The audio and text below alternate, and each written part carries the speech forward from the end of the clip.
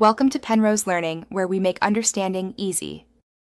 In this video, I will show how to change a Mitsubishi Lancer brake light.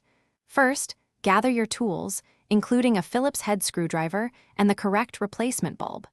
Next, open your trunk and locate the tail light assembly on the side where the bulb needs replacing. You'll then need to remove the two retaining screws that secure the entire tail light assembly to the vehicle's body. This step is crucial for gaining access. Once the screws are out, gently pull the tail light assembly straight back from the vehicle. It might feel a bit snug, but it will come free. With the assembly out, locate the brake light bulb socket. Twist this socket counterclockwise about 1/4 of a turn to unlock it from the assembly.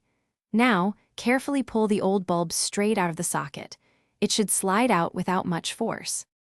Now, take your new brake light bulb and carefully insert it straight into the socket. Make sure it's seated firmly. Then, align the socket with its opening in the tail light assembly and twist it clockwise to lock it into place. Before fully reassembling, it's a good idea to have someone press the brake pedal to confirm the new light is working correctly. This saves you from having to redo steps. With the new bulb confirmed working, carefully push the entire tail light assembly back into its original position on the vehicle. Ensure it sits flush against the body. Reinstall the two retaining screws you removed earlier, tightening them securely but without over-tightening.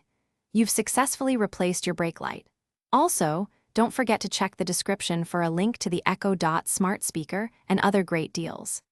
Thanks for watching.